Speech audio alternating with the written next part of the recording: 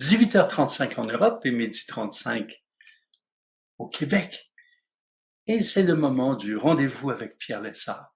Un rendez-vous en toute humilité pour répondre à des questions, apporter des pistes, des stimulations à la vie, à votre vie.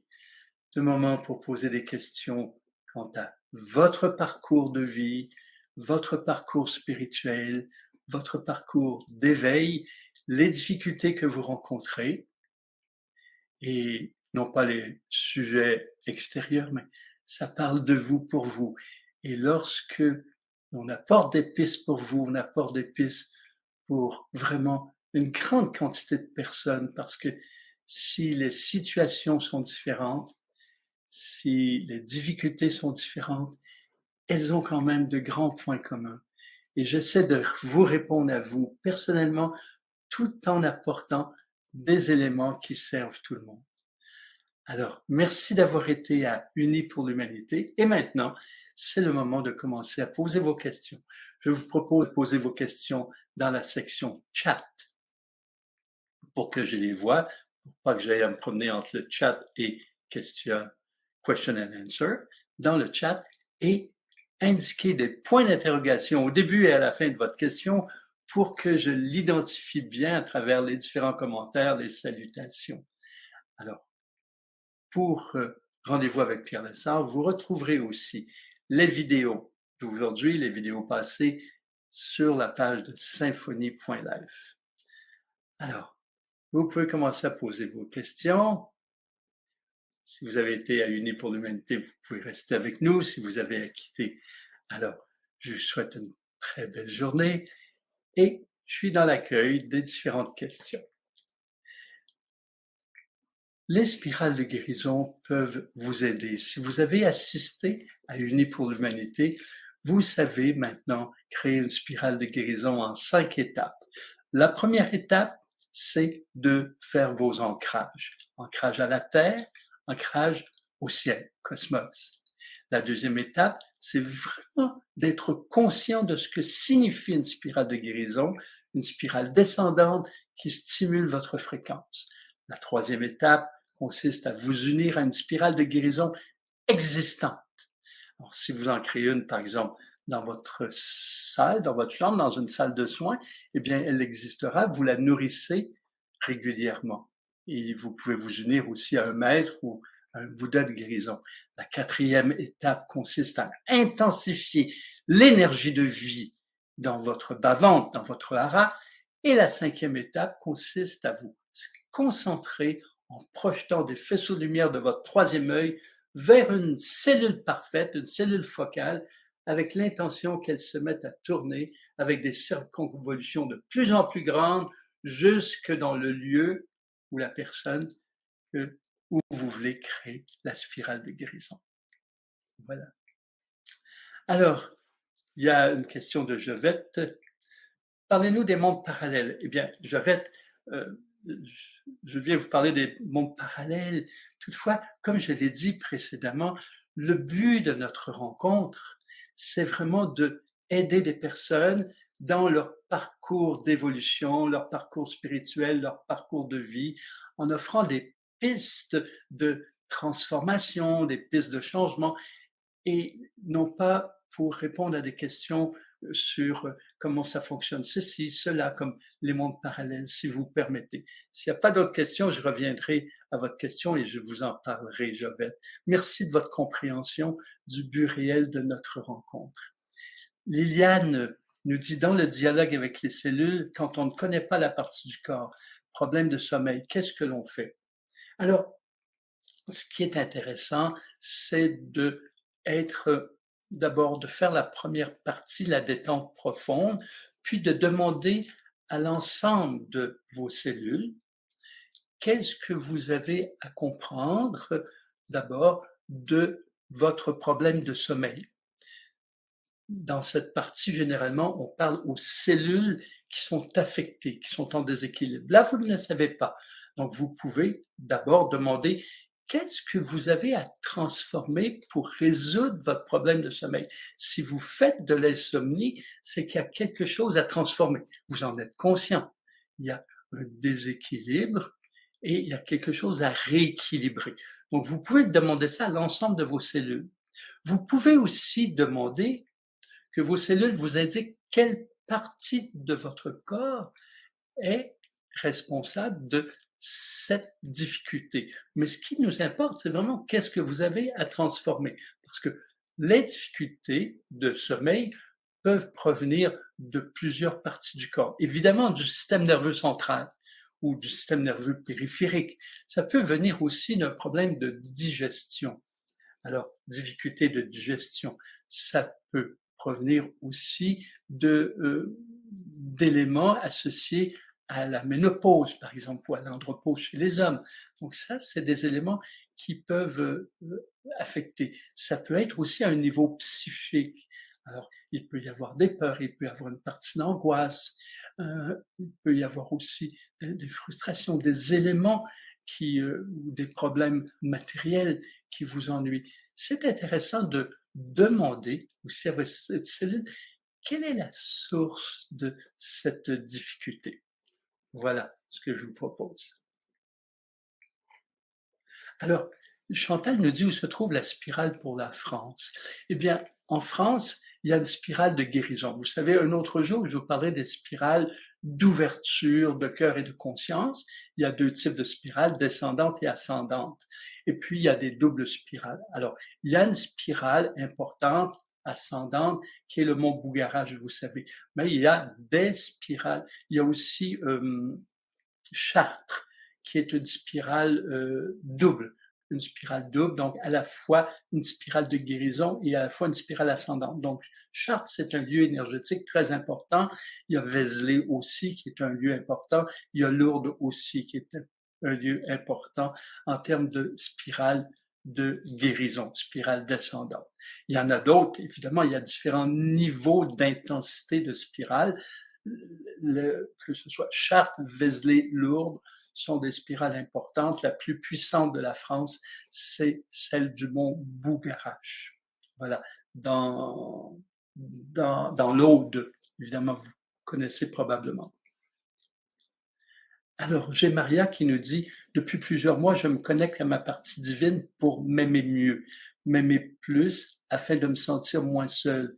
Mais vivre loin de sa famille, sans enfant, sans conjoint, humainement parlant, c'est difficile à vivre.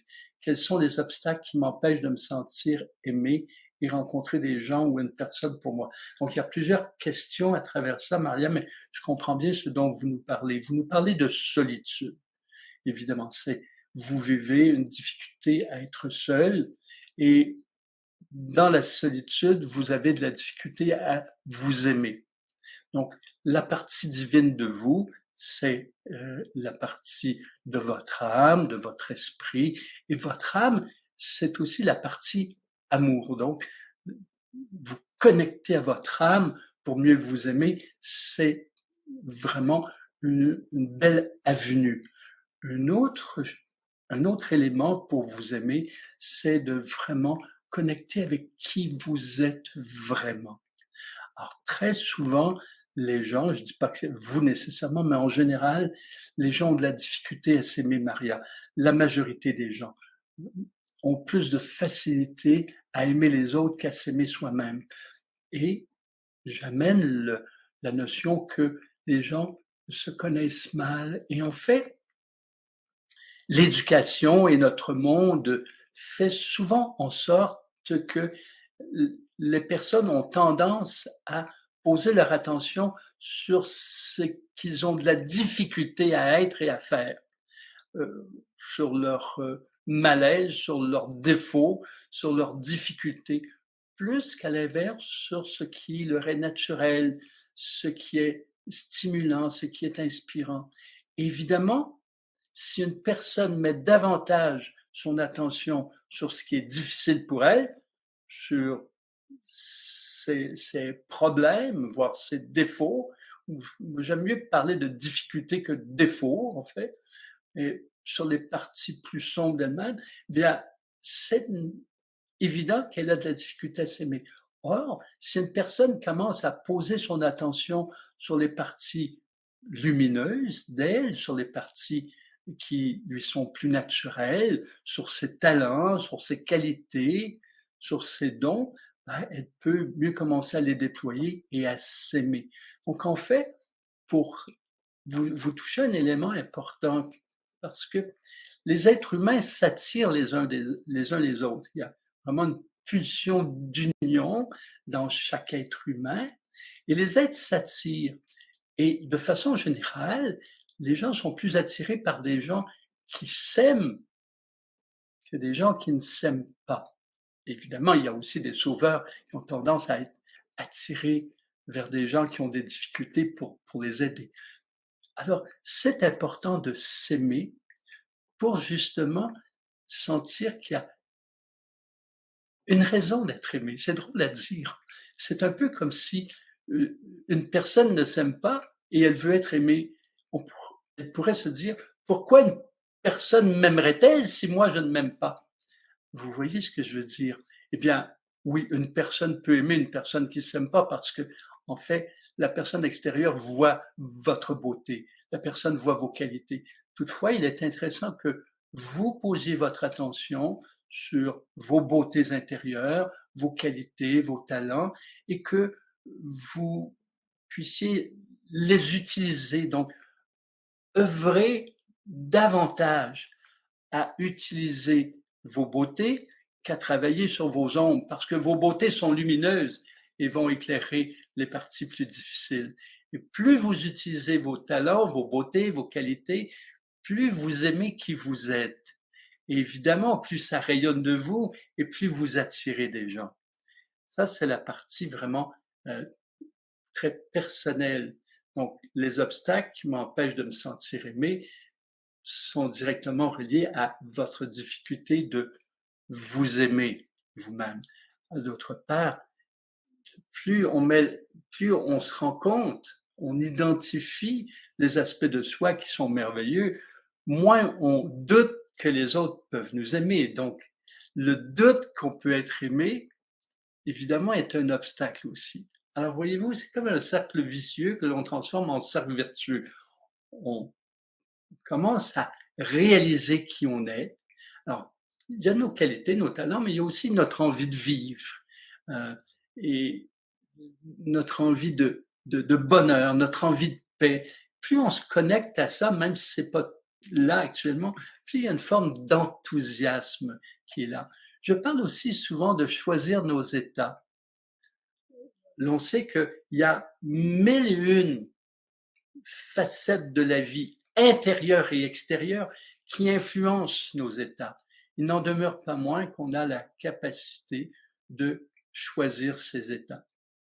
On a aussi la capacité de choisir ses attitudes. Alors, plutôt que de se laisser aller et d'être influencé par ceci, par cela, par tout, influencé au niveau de nos états, de nos attitudes et même de nos pensées, on commence à choisir ses pensées, ses états, ses attitudes, ce qui nous permet d'avoir des paroles cohérentes et des gestes cohérents, et donc d'attirer des gens. Alors, quelquefois, ce sont des attitudes qui font en sorte que il y a moins d'attraction de personnes. Et ces attitudes sont le reflet du rapport qu'on a avec soi-même. Donc, ce que je vous propose, posez votre attention sur vos beautés. Stimulez-les, utilisez-les, ces beautés, ces talents.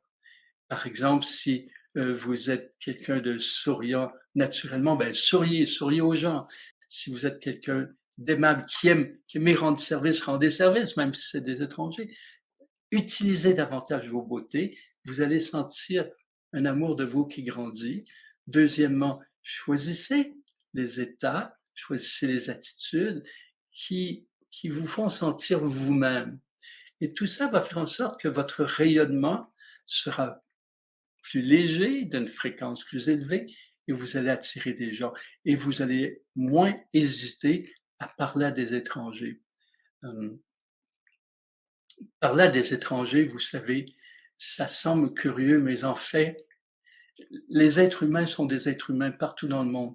J'ai le privilège dans ma vie, par tout ce que je fais, de voyager beaucoup. Je m'aperçois que dans tous les continents où les gens sont les mêmes, ils veulent aimer, veulent être aimés, ils ont un peu de timidité, un peu de peur de l'étranger, mais à la fois tout le monde veut parler.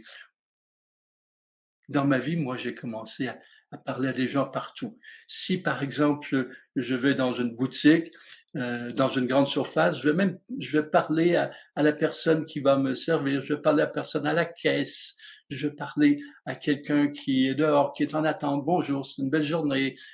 Et tout à coup, il y a des conversations qui s'entament. D'autres, et donc, il y a une sensation de faire partie de la vie plutôt que d'être seul dans la foule. L'autre chose, c'est de choisir des sujets d'intérêt pour vous, assister à des conférences et parler aux voisins avant, pendant la pause, après. Alors ça, moi, j'ai fait ça aussi. Ça fonctionne très bien parce que rares sont les gens qui veulent pas un contact. Voilà. Voilà donc différentes pistes ou différents très concrets, parler à l'autre comme ça, sur des thèmes qui vous intéressent de toute façon. C'est sûr que si vous allez au cinéma, ça s'y prête moins, mais pour une conférence, un peu avant, un peu après, bon, c'est facile de dire aux voisins, et pas se limiter, si c'est un couple, c'est pas grave, on peut parler à l'un, à l'autre, on peut dire, tiens, vous aimez ce sujet, moi ça me passionne, ou bien je suis curieux, je ne connais rien de ce sujet, et vous? Et là, la conversation s'entame. C'est incroyable le nombre de conversations sur tous les sujets que j'ai entamés avec des gens et qui pourraient devenir des connaissances, des copains ou des amis éventuellement. Évidemment, ce ne sera pas tous, mais ça rompt cette espèce de solitude, même s'il n'y a pas une relation qui se crée, parce qu'on se sent avec les gens et non pas, encore une fois, comme je le disais, seul dans la foule. C'est difficile d'être entouré de gens, de se sentir seul. Voilà, j'espère que je réponds bien à votre question là. Joanne, je pense que j'attends que mon fils évolue pour que je me permette d'évoluer et je n'accepte pas le voir ainsi. Il n'y a pas nécessairement de question dans votre, mais je vois une question entre les lignes, Joanne. En fait, il y a quelque chose de vraiment très important que vivent les parents et la mère aussi face à leurs enfants. Il y a comme un rôle de guidance. Chaque parent a dans son rôle comment, de guider l'enfant avant même sa naissance, hein, dans tout le parcours de croissance intra-utérin.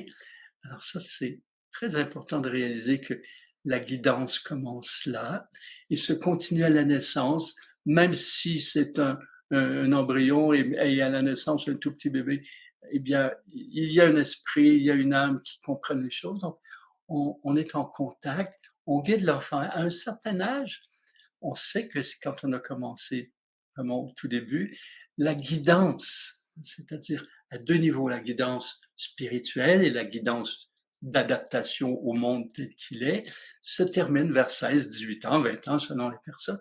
Et là, le rôle se transforme. Il y a tout à coup un rôle d'ami où l'enfant peut venir demander des conseils et si notre porte est ouverte.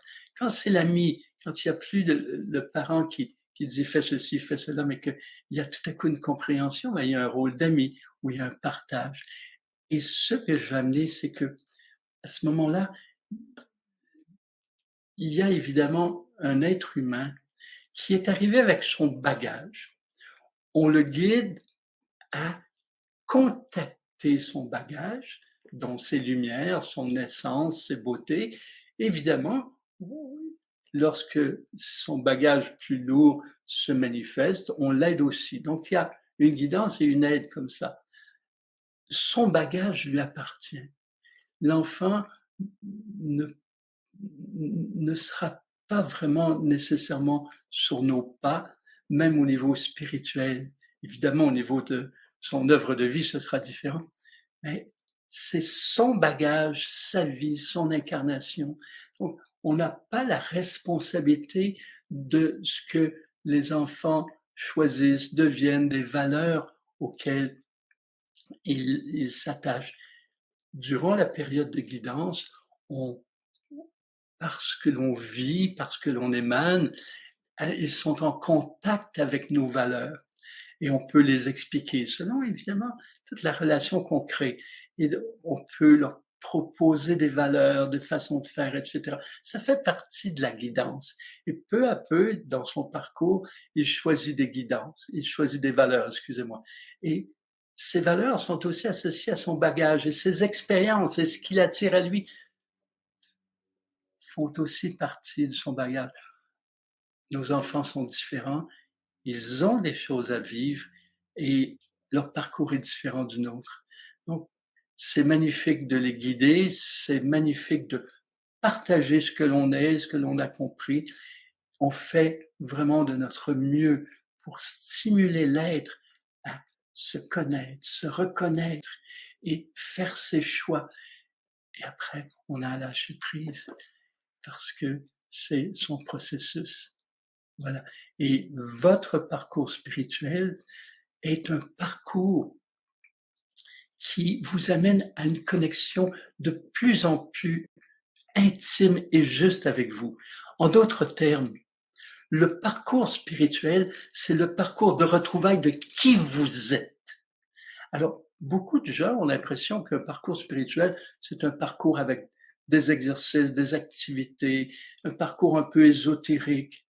Mais en fait, la spiritualité hors de la religion, c'est vraiment un mouvement d'émergence de soi. C'est l'être, la femme que vous êtes qui a se manifester dans toute sa beauté, dans toute sa grandeur. Donc sa divinité et son incarnation. Alors, pour vivre votre parcours, n'attendez pas votre enfant. Votre enfant, quel que soit son âge, fait partie aussi de votre expérience et aidera à faire émerger la femme que vous êtes. Voyez-vous? Alors, je continue avec les questions. Où est-ce qu'on en est? J'ai perdu un peu le... Huguette. Isabelle plutôt. Je voudrais sentir comment être ajusté à l'autre dans les relations, car je suis tellement empathique que je ressens le besoin de l'autre un peu sans en être consciente, et même l'autre parfois ne le sait pas, ce qui entraîne souvent du rejet, sans même que je fasse quoi que ce soit, et c'est douloureux. Trouver ma place. Comment être ajusté à l'autre? C'est une expression intéressante et qui soulève une autre question. Est-ce qu'on a à être ajusté à l'autre ou si on a à être soi? En fait, lorsqu'on est pleinement soi-même, quand je parle d'être pleinement soi-même, ça ne signifie pas d'être continuellement en réponse à nos souffrances, nos douleurs, nos déséquilibres, nos besoins. Quelquefois, on se rend compte qu'on a de grands besoins, besoin d'être aimé, besoin d'être reconnu. Et on a des petits besoins. Quelquefois, on dit comme des caprices. Caprice est un drôle de terme, ça vient de blessure, par exemple. Ce sont des petits besoins. Alors, évidemment, on peut s'ajuster avec des compromis de surface, mais l'ajustement en compromis de fond est vraiment quelque chose qui peut nous faire déraper. Et je m'explique. Si, par exemple, vous êtes avec une personne et que vous voulez vous rencontrer, vous voulez passer un bon moment ensemble à partager et vous avez à choisir un restaurant, eh bien, le choix du restaurant, le choix du type de restaurant, est-ce que vous allez dans un restaurant de nourriture thaïlandaise ou de nourriture italienne? Oh, l'un préfère un, l'autre préfère l'autre. Eh bien, on fait un compromis. On va pas dans un troisième. Il y a peut-être une troisième cuisine qui est le deuxième choix de chacun, mais peu importe en fait, ça n'a pas trop d'importance. Il y en a un des deux qui fait un compromis, c'est un compromis de surface. Parce que le but, c'est d'être ensemble, de passer un bon moment. Si vous détestez une cuisine, vous dites, quel est ton deuxième choix? C'est tout. Ça, c'est simple. On ne va pas ici disserter longuement là-dessus. Je veux expliquer le compromis de surface.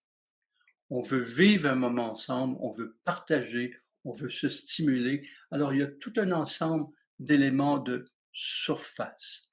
Par contre, les éléments de fond, c'est qui vous êtes. Vous pouvez vous ajuster au niveau de la surface, c'est-à-dire au niveau de choix extérieur. Mais vous n'avez pas à ajuster qui vous êtes.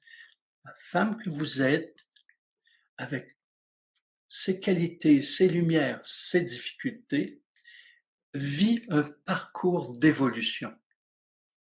Vous n'avez pas à camoufler quelque chose pour plaire à l'autre, pour vous ajuster. Vous avez de plus en plus, avec vous-même, ce que vous faites dans votre parcours de vie, c'est que tout ce qui est merveilleux, lumineux en vous, le faites grandir, vous l'offrez, vous le manifestez, et ce qui est de l'ordre de vos ombres, de vos difficultés, eh bien, vous tentez de les transcender. Alors, votre ajustement est par rapport à vous. Vous vous ajustez par vos expériences de vie, c'est-à-dire vous vous transformez, vous êtes en continuelle mutation. Chaque expérience, difficile ou heureuse, vous fait comprendre quelque chose, vous fait choisir quelque chose. Comprendre pas juste intellectuellement, mais par des sensations.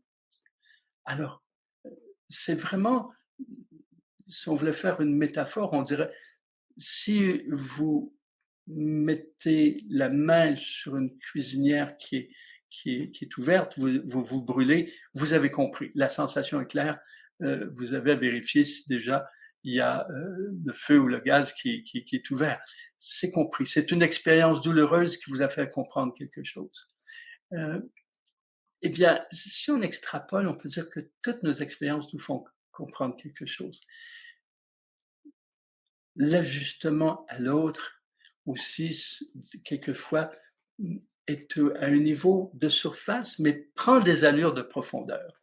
C'est-à-dire que quelquefois, la non-communication peut créer des quiproquos, peut créer des difficultés qui prennent de l'ampleur alors qu'il s'agit de se parler.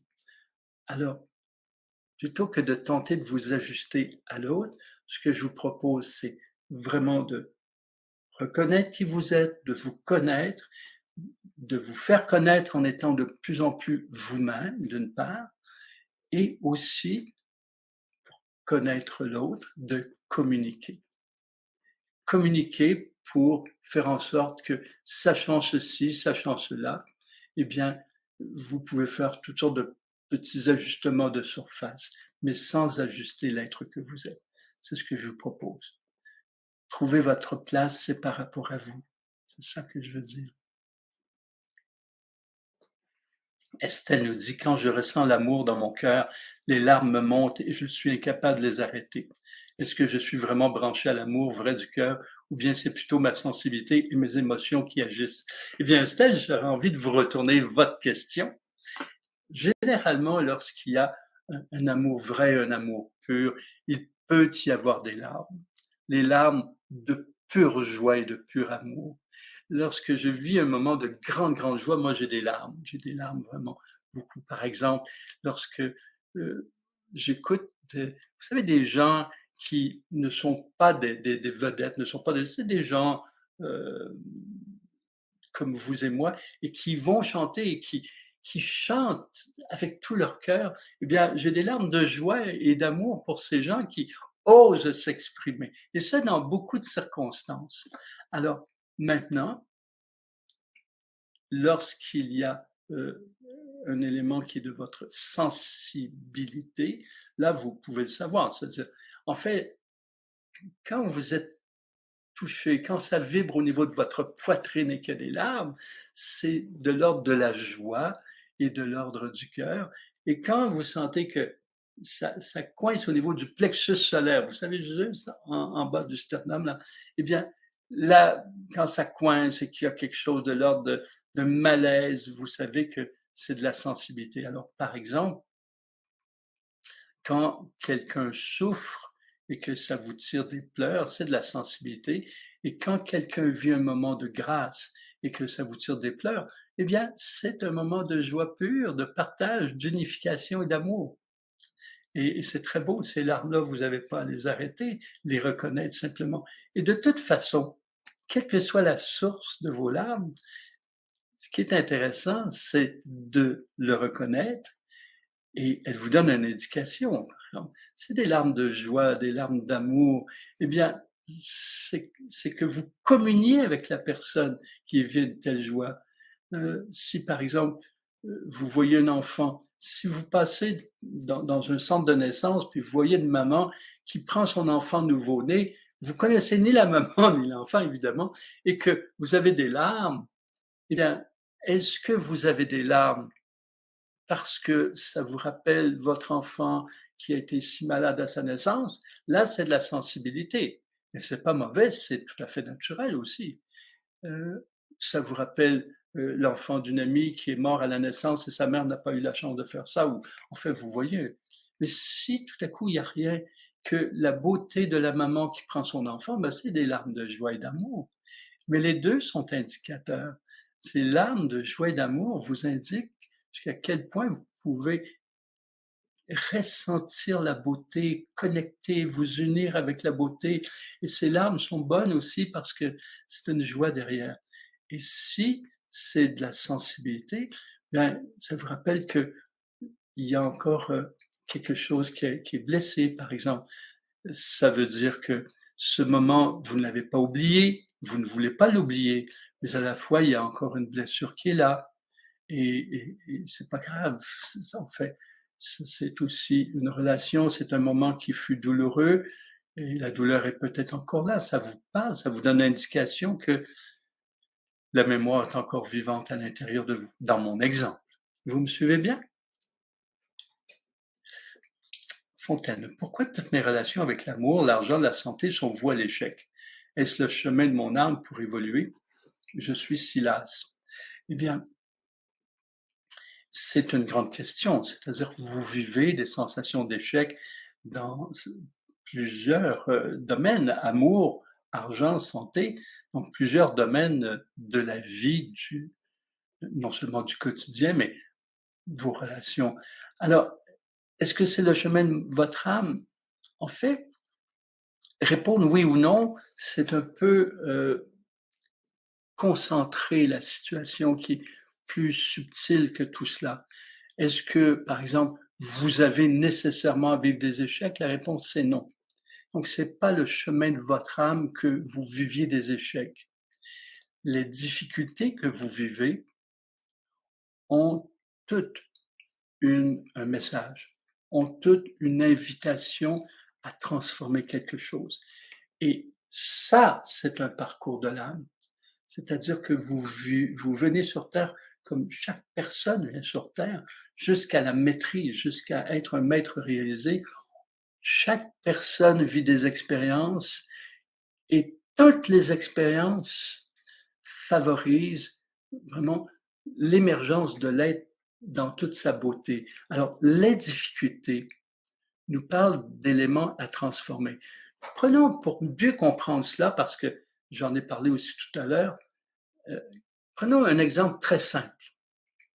Imaginons que vous, après un repas, vous avez très mal au ventre, l'abdomen, et que vous avez des nausées et que finalement vous vomissez. Est-ce que vous direz que vous avez un problème de santé?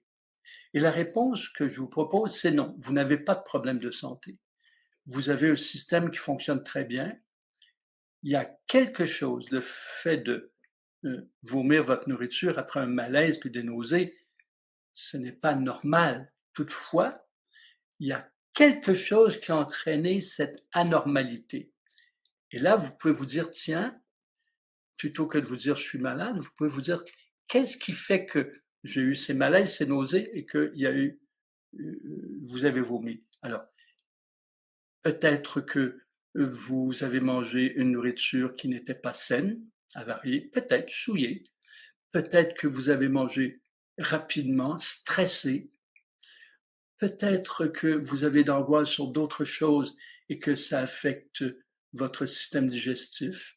Peut-être que depuis un certain temps, là, il y a une nourriture qui n'est pas adaptée, trop lourde, et là, c'est la goutte qui fait déborder le vase. Peut-être que vous n'avez pas assez dormi et que le système est paresseux. Peut-être que votre fréquence est trop basse. Il y a plusieurs éléments. Il y a une chose qui est certaine, votre système fonctionne bien et il vous donne un signal d'aller voir qu'est-ce qu'il y a à transformer. Peut-être du repos, détente du système nerveux, peut-être un meilleur choix de nourriture pour vous. En fait, on peut tout imaginer. Alors, si c'est vrai pour ce problème de digestion, ben c'est vrai pour d'autres éléments. Qu'est-ce qui fait que vous avez un problème de santé? Qu'est-ce que vous avez à transformer? Par rapport à ça, alors j'ai créé le dialogue avec les cellules. Ça vous est offert, c'est gratuit, c'est sur le site de Symphonie. C'est une guidance de 22 minutes que je vous propose de vivre pour vos problèmes de santé. Durant cette guidance, où vous êtes proactive, c'est pas ma guidance qui fait le travail, c'est ce que vous vivez intérieurement, vous êtes amené à capter progressivement, peut-être pas la première fois, peut-être que ça va prendre 3, 4, 5, 10 fois, pour capter qu'est-ce que cette difficulté veut vous amener à transformer. En fait, quel est le véritable déséquilibre qui cause la difficulté? Eh bien, si c'est vrai au niveau de la santé physique, eh bien, c'est vrai au niveau de la relation amoureuse. C'est-à-dire que si il y a une difficulté dans la relation amoureuse et que il y en a une l'autre d'après, on pourrait dire que si vous vivez une difficulté dans une relation amoureuse, eh bien, il se peut que, évidemment, les deux ensemble, vous ayez confondu l'amour avec une amitié ou avec camaraderie et que vous êtes engagé dans quelque chose qui ne vous correspondait pas les deux. Mais si vous vivez relation après relation des difficultés, eh bien, vous pouvez aussi être à l'écoute à l'intérieur de vous pour vous dire non pas qu'est-ce que vous avez de pas correct. Il ne s'agit pas de se juger, il ne s'agit pas de se dire vous, ça ne va pas et l'autre va. Et qu'est-ce que vous avez à faire émerger? Qu'est-ce que vous avez à mettre en place? Qu'est-ce que vous avez à transformer pour être plus vous-même, plus dans la paix d'être vous, plus dans la joie d'être vous, pour que la relation, pour que la personne que vous attiriez soit plus vous-même. Très souvent, quand ça va mal dans les relations, c'est que l'une ou l'autre ou les deux ne sont pas elles-mêmes. Et donc, les personnes s'attirent et lorsqu'elles sont en relation, elles commencent à découvrir des aspects de l'autre qu'elles ne connaissaient pas et pour lesquels elles ne seraient peut-être pas entrées en relation. Donc, mieux vous connaître, être plus vous-même et oser être vous, de telle sorte que vous attiriez des gens qui vous correspondent. Alors, les problèmes monétaires, c'est la même chose. Qu'est-ce qui fait en sorte que il y a un problème, par exemple, face à l'argent, soit que vous ayez des pertes, soit que vous n'ayez pas d'abondance? Qu'est-ce qui est inscrit à l'intérieur de vous? Ça fait partie du contact avec soi. Donc, vous n'êtes pas venu pour vivre ces difficultés, vous êtes venu pour vous retrouver dans toute votre grandeur, votre beauté, votre harmonie, votre équilibre, et les difficultés vous indiquent qu'il y a des déséquilibres. Voilà comment je vous propose de voir les choses. Et que faire, euh, Fontaine? Et je comprends que vous êtes lasse, et ça commence par être vraiment en contact avec vous-même, pour être de plus en plus vous-même et être à l'écoute de ce qui veut changer. Alors, parce que il y a plusieurs questions qui tournent autour de ça. Pour la santé physique ou psychique, il y a le dialogue avec les cellules. Maintenant, pour d'autres éléments, vous pouvez aussi symboliser la difficulté. Alors, imaginons qu'il y a, vous avez eu l'impression là d'avoir un échec, une difficulté financière. Alors, c'est relié à une situation. Alors, vous pouvez prendre un objet et cet objet, vous dites, tiens, cet objet représente le projet, par exemple, qui a échoué.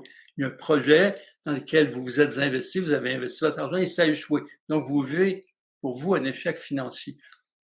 Pour moi, il n'y a pas d'échec parce que moi, je suis dans une perspective de l'être en évolution. Et donc, tout favorise son évolution. Il y a des circonstances plus difficiles, il y en a des plus faciles, des plus douces, des plus stimulantes, mais en même temps, à partir du moment où on voit quelque chose se produit, ce quelque chose-là a la propension de nous faire évoluer. Donc, ce n'est pas un échec. Alors, vous choisissez un objet, quel qu'il soit. Je cherche un objet sur la table. Je vois ici une épée. Je choisis un objet. Disons que ça, pour vous, ça représente le projet, ce dans quoi vous avez investi. Et vous le placez devant vous et vous dites, ça, c'est ça. Vous faites un rituel très intériorisé et puis vous commencez à parler à l'objet. Vous lui dites, tiens, toi, qu'est-ce que tu veux m'apprendre, projet? Qu'est-ce que tu veux me dire par ce qui s'est déroulé? Comment ça s'est présenté? Et écoutez à l'intérieur. Ne vous écoutez pas répondre comme si vous choisissez de répondre intellectuellement. Posez la question doucement, sans créer de contraction. Faites-la à différentes reprises jusqu'à ce que tout à coup, vous entendiez à l'intérieur de vous, vous ayez des pensées ou des impressions de ce qu'il vous transmet. Ça devient intéressant. Voilà ce que je vous propose. Joanne nous dit, mon mari et moi sommes très heureux de penser à rénover notre maison afin de la transformer en maison multigénération, afin d'aider monétairement notre fille de 22 ans et aussi pouvoir profiter de sa présence car nous sommes très proches. Seulement, elle est en couple présentement et nous n'avons pas une relation harmonieuse avec sa conjointe. Nous avons bien peur de ne pas nous sentir à l'aise avec le fait de partager notre espace avec cette personne. Quoi faire? Eh bien, quoi faire peut se situer à différents niveaux.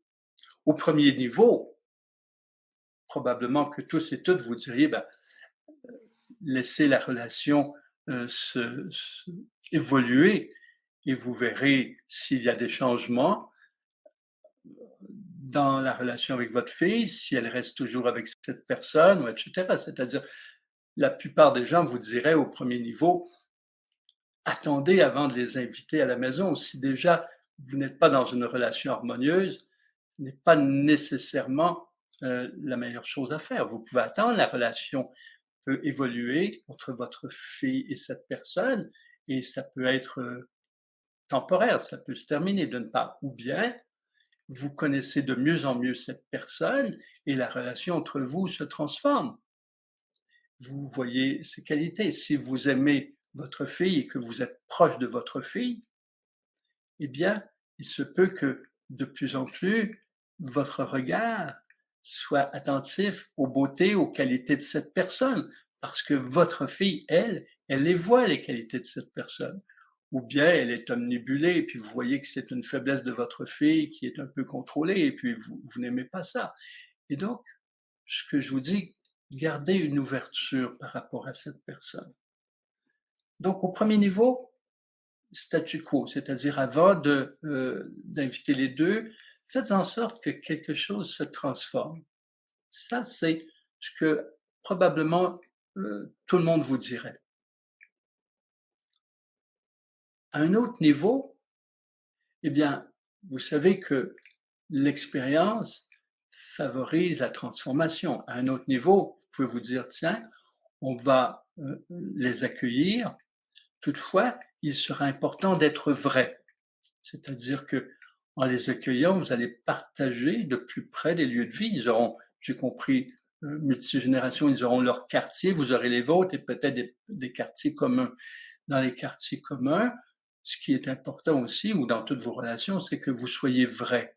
Si quelque chose vous choque, vous perturbe, là, il y a plus de présence dans la relation, donc ce sera important de communiquer, d'essayer de comprendre, en parlant à la personne, tiens, ce type de réponse, ce type de comportement me perturbe, je ne le comprends pas, est-ce que vous pouvez me l'expliquer? Donc ça, ce sera important. Si vous choisissez de les accueillir, il ne s'agit pas de juger la personne, comme la personne pourra vous dire aussi, tiens, je ne comprends pas pourquoi vous faites ceci, pourquoi vous faites cela. Donc la communication qui est paisible, donc une communication non violente entre vous, pourra faire en sorte que vous appreniez à mieux vous connaître et mieux œuvrer ensemble. Ce qui sera important, c'est de ne pas faire de compromis de fond, c'est pas d'un côté comme de l'autre ne pas être vous-même, parce que si vous n'êtes pas vous-même, vous ne serez plus bien dans votre demeure, et elle ne sera pas bien dans sa demeure, et votre fille ne sera pas bien entre ça. Donc c'est une situation délicate. Pourquoi je vous dis au premier niveau, eh ben, proposer un moment d'attendre que la relation évolue. Votre fille a 22 ans, ça fait certainement pas 10 ans qu'elles sont ensemble. Donc, si c'est nouveau, essayez-vous d'être présent pour observer, être en relation, pour comprendre différemment sans juger et peut-être transformer ce que vous voyez de la personne. Si vous voulez aller plus loin dans l'expérience, ça demande pour moi plus d'implication, d'engagement dans votre parcours spirituel, dans le sens où vous savez qu'actuellement c'est difficile, vous savez que ce n'est pas harmonieux et vous voulez profiter de cette situation pour vivre des transformations. Alors cela, c'est plus exigeant. C'est comme si vous choisissez quelque chose que vous savez déjà ne pas être en harmonie avec vous pour favoriser votre transformation. Là, c'est plus difficile. Alors, avant de choisir cette option, prenez le temps de voir si vous êtes prêt vraiment à communiquer, à être vrai, parce que la difficulté, si vous vous refermez et que vous n'êtes pas en harmonie, que vous ne vous sentez pas bien chez vous, là, ça peut créer des difficultés avec votre fille, avec l'autre personne, et ça ne serait pas sain. Il ne s'agit pas de se fermer, il s'agit de s'ouvrir. Alors, il y a 2 niveaux de réponse, et le deuxième, je peux vous assurer que j'ai vu des personnes le vivre, j'ai parlé de ça à des personnes, elles ont choisi de vivre ensemble. Par exemple, c'était un cas différent où des personnes veulent être colocataires. Je leur ai expliqué ce que ça impliquait parce qu'ils avaient déjà des éléments de non-harmonie et que si elles choisissaient d'être ensemble, il fallait communiquer et dès le départ, et peut-être il y a des éléments à communiquer avant de commencer la vie et pendant.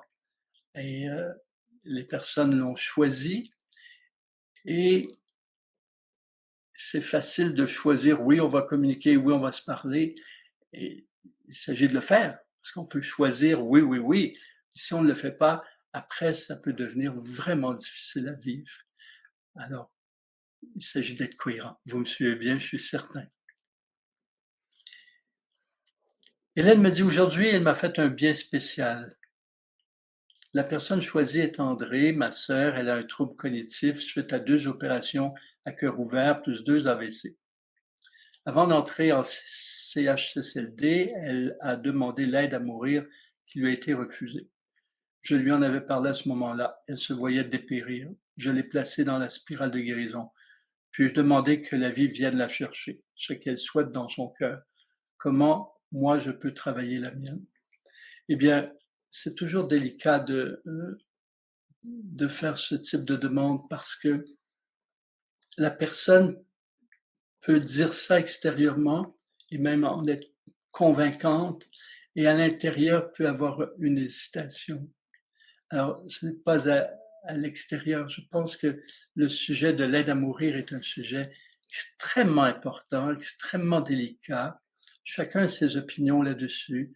Ça demande vraiment de s'intérioriser, de voir la chose et de voir la chose sous différents angles pour vous. Alors, pour les autres, pour votre sœur, c'est vraiment délicat. Ce que je vous propose dans ce sens-là, c'est de voir pour le mieux, c'est-à-dire de la voir heureuse. Comment un des éléments qui est vraiment, comme je dirais, élégant et noble, c'est que vous faites un écran intérieur où il y a 3, en fait, il y a 3 facettes, 3 écrans.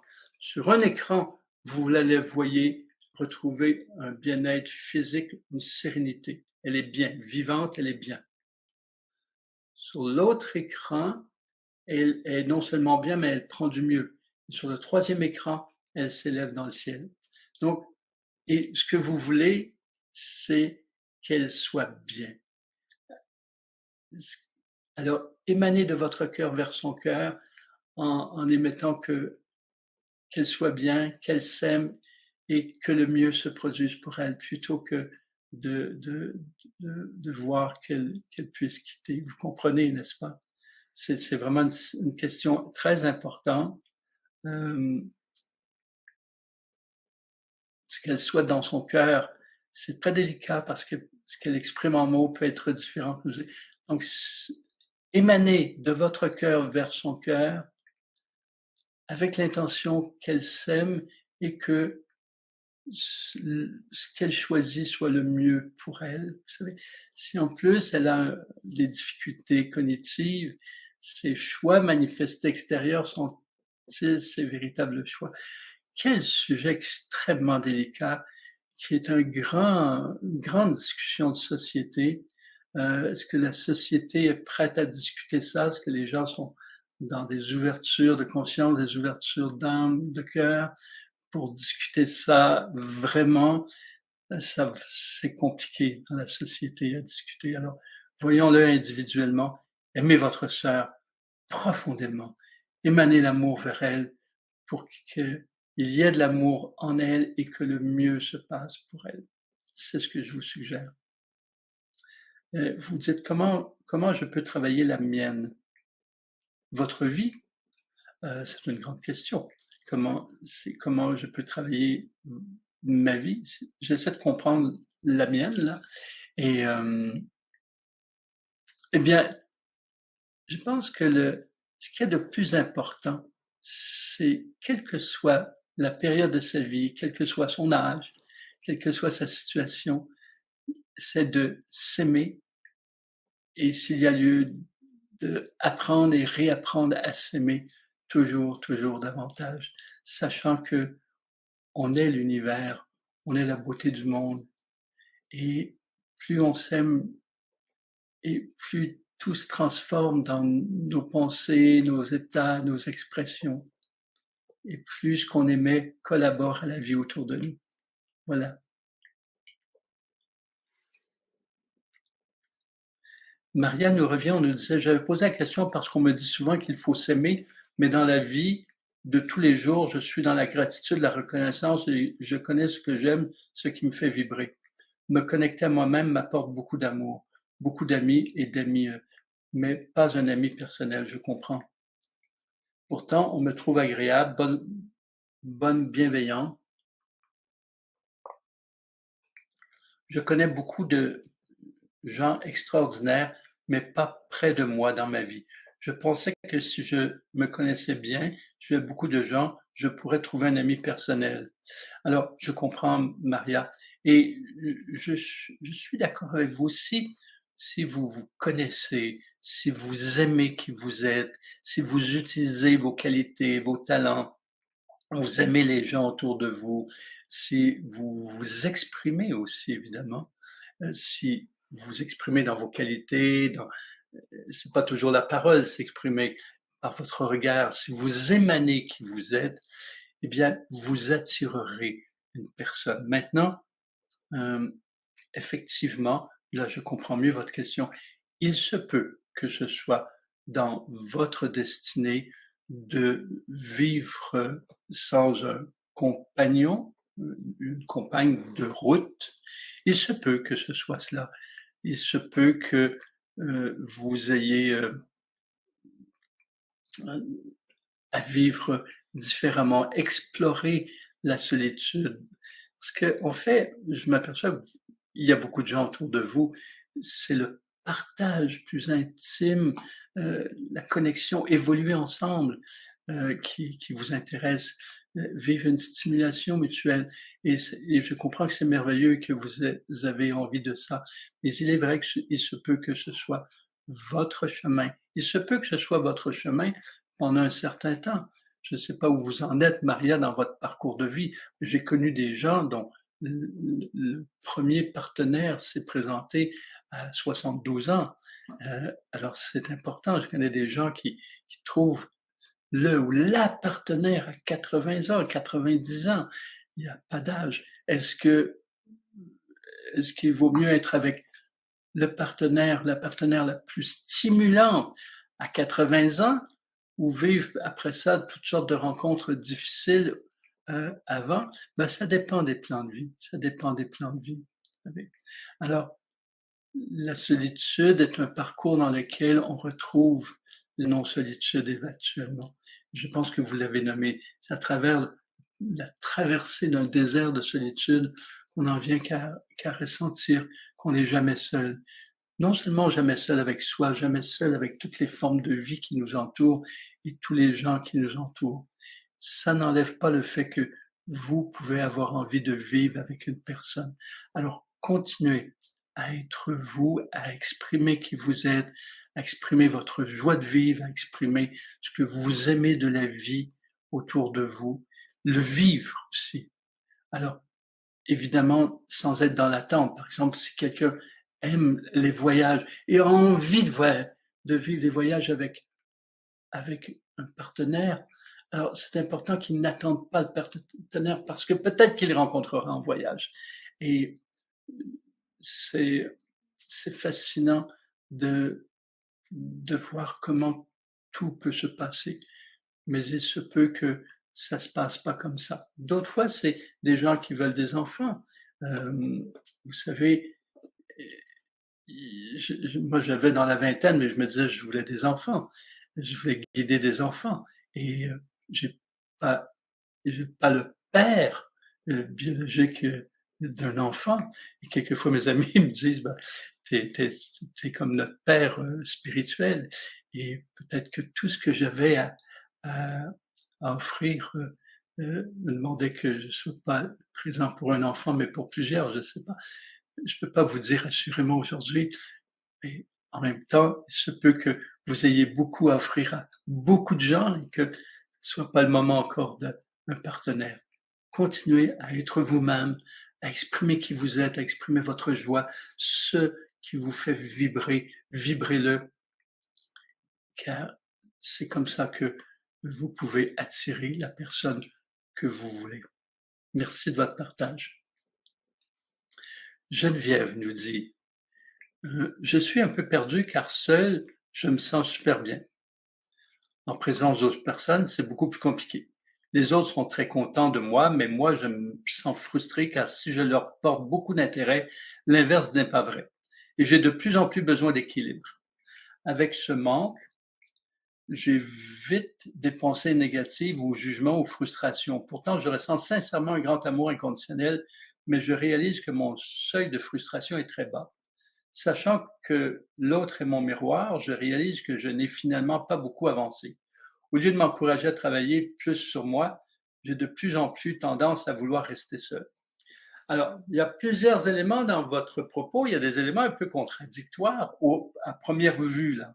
C'est-à-dire que vous nous dites que vous avez un amour inconditionnel et à la fois un seuil de frustration très bas. Donc, les frustrations proviennent des attentes, hein, des attaches, des attentes non répondues qui créent des frustrations. Donc, l'amour inconditionnel, donc sans condition, est un amour sans attente. Vous voyez, là, je vous dis pas ça pour vous juger, je dis ça simplement pour voir qu'il y a quelque chose à voir dans ça, dans ce que vous dites. Commençons dès le début. Les autres sont très contents de vous et vous, vous vous rendez compte qu'on s'intéresse peu à vous. Il y a une chose que j'ai observée déjà, et vous pourrez même le vérifier. Quand vous rencontrez une personne et que vous faites en sorte qu'elle parle d'elle, et que vous, finalement, vous ne parlez que très très peu, vous ne parlez même pas de vous, vous parlez de l'autre et vous la faites parler d'elle, très souvent, l'autre dira de vous que vous êtes une personne vraiment très agréable et très intéressante. Pourtant, elle ne vous connaît pas. Et en fait, les gens ont besoin de parler d'eux. Parce que les communications ne sont pas toujours ce qu'elles auraient avantage à être. Les gens n'ont pas toujours l'opportunité. Et quand quelqu'un s'intéresse à eux, ben, ils en parlent. Et donc, ils sentent que quelqu'un qui les écoute est intéressant. Et je comprends très bien que vous avez envie de partager. Il s'agit aussi de prendre votre place. C'est-à-dire quand vous êtes attiré par quelqu'un, quand vous trouvez vraiment que c'est intéressant de partager avec quelqu'un, que la personne a des intérêts ou des façons d'être. Quand je parle des intérêts, c'est aussi ces intérêts au niveau d'évolution. Quand vous constatez que les états, les attitudes, les valeurs d'une personne, ce qui est important pour elle, ses buts sont intéressants dans le sens que ça clique avec vous. Ça. Eh bien, c'est à vous de prendre la place aussi. Et une façon de prendre la place, c'est que, et même quelquefois d'interrompre la personne quand elle me dit ce que vous venez de dire est vraiment intéressant parce que j'y vois un état, j'y vois une attitude, j'y vois un but que je ressens aussi. Et ça vous permet de parler de vous. Donc, parler de vous, parler de ce qui fait en sorte que vous vous rejoignez et ça permet d'aller plus loin. Je vais vous amener dans un niveau où, oui, il y a des gens qui sont centrés sur eux. Il y a des gens narcissiques, il y a des gens centrés, égocentriques, etc., qui ne s'intéressent pas à vous. Mais il y a des gens qui s'intéressent à vous sans pourtant vraiment vous permettre de vous exprimer, sans le démontrer, parce qu'ils ont vraiment besoin d'exprimer. Ils ont besoin d'exister. Il y a des gens, des fois, je vois, je me dis, ils doivent être seuls avec peu d'opportunités de s'exprimer parce qu'ils parlent, ils parlent, ils parlent, ils parlent, ou bien ils s'expriment sans avoir d'intérêt pour l'autre. Alors, la façon par laquelle je vais créer une relation, tenter de créer une relation si elle est possible, c'est-à-dire quand la personne dit quelque chose et présente une valeur ou un but que je partage aussi en tout ou en partie, alors là je dis à la personne, ah tiens, ça c'est vraiment intéressant, je sens la même chose chez moi parce que je l'ai vu comme ça, j'ai fait ci, j'ai fait ça, et ça vibre comme ça chez moi, on a ça en commun, et vous savez, ça permet de parler de vous, parler de l'autre, favoriser un intérêt commun et par la suite, ça peut aller plus loin. Donc, il y a comme un peu percer ça. Il se peut, Geneviève, que vous attiriez des personnes qui ont besoin d'écoute. Il se peut, Geneviève, que vous ayez une très, très bonne écoute de ce que vous dites. Vous êtes agréable, votre présence, les autres aiment votre présence. Vous avez une écoute dans votre regard, dans votre physionomie, par vos oreilles, évidemment, par votre posture. Il se peut que, évidemment, les gens sont attirés par vous et donc, comme vous êtes intéressant, par un ensemble d'éléments, même par vos vibrations, ils se livrent à vous, ils veulent parler d'eux, ils en profitent pour parler d'eux, et vous sentez qu'ils n'ont pas d'intérêt. Mais généralement, quand quelqu'un se livre totalement à vous, eh bien, c'est aussi parce qu'il vous trouve intéressant, aussi parce qu'il y a quelque chose qui vibre. Alors, voilà, c'est intéressant que vous voyez, bon, quel est, quel est vraiment l'élément qui génère la frustration, la sensation qu'on ne s'intéresse pas à vous, le besoin qu'on s'intéresse à vous. La première question que je vous pose, est-ce que vous vous intéressez à vous? Est-ce que vous vous intéressez à qui vous êtes? Vous vous intéressez à vos états, vos attitudes, vos valeurs, vos choix de vie. Est-ce que ça vous intéresse? Alors, si ça vous intéresse, si ça vous remplit d'enthousiasme, alors eh bien, ça va émaner de vous. Après, ben, vous rencontrez différentes personnes, parce qu'il y a peut-être en vous une bonne oreille aussi, une bonne personne, et vous ne voulez pas la fermer, cette bonne oreille. Il s'agit de trouver de la place pour vous exprimer, et aussi oser, oser être vous, oser partager même à d'autres personnes que celles qui sont là actuellement autour de vous. Non. Allez voir si dans la frustration, il n'y a pas une frustration plus profonde qui vient même de très loin. Alors quelquefois, on remonte jusqu'à l'adolescence, l'enfance, vous aviez la sensation que vos parents ne s'intéressaient pas vraiment à vous, vous avez la sensation qu'à l'école, il y avait peu de gens qui s'intéressaient à vous, donc, puis par la suite, avec la difficulté de rencontrer quelqu'un qui a un intérêt pour vous. Bien sûr, ma première remarque est, est-ce que vous vous intéressez à vous? Est-ce que vous vous passionnez de vous? Est-ce que vous faites en sorte de faire émerger les aspects de vous que vous aimez le plus? et faire en sorte qu'ils émanent de vous, hein.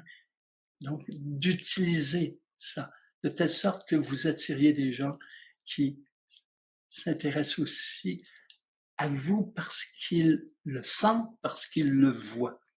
Alors, quelquefois, il y a un cercle vicieux parce que les gens viennent voir vous parce que vous avez une bonne oreille, parce que vous semblez être une personne très, très accueillante, et donc ils se livrent sans s'intéresser à vous.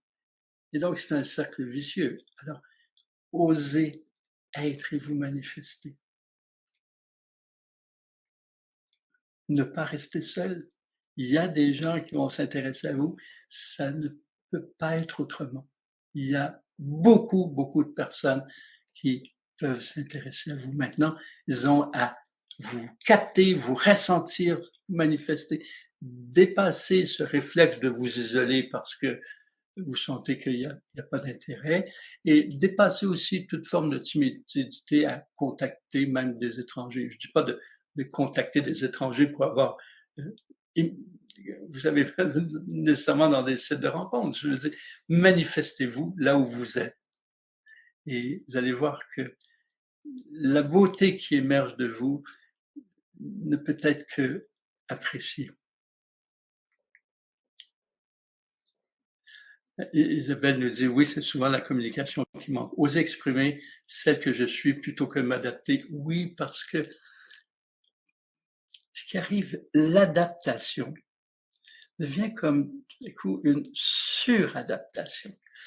Comme je vous disais, de petites adaptations. Et ça commence généralement parce que vous rencontrez quelqu'un qui vous intéresse, ses valeurs, ses buts, sa façon d'être, ça vous intéresse. Donc, il y a des éléments qui vous intéressent moins, mais vous vous adaptez.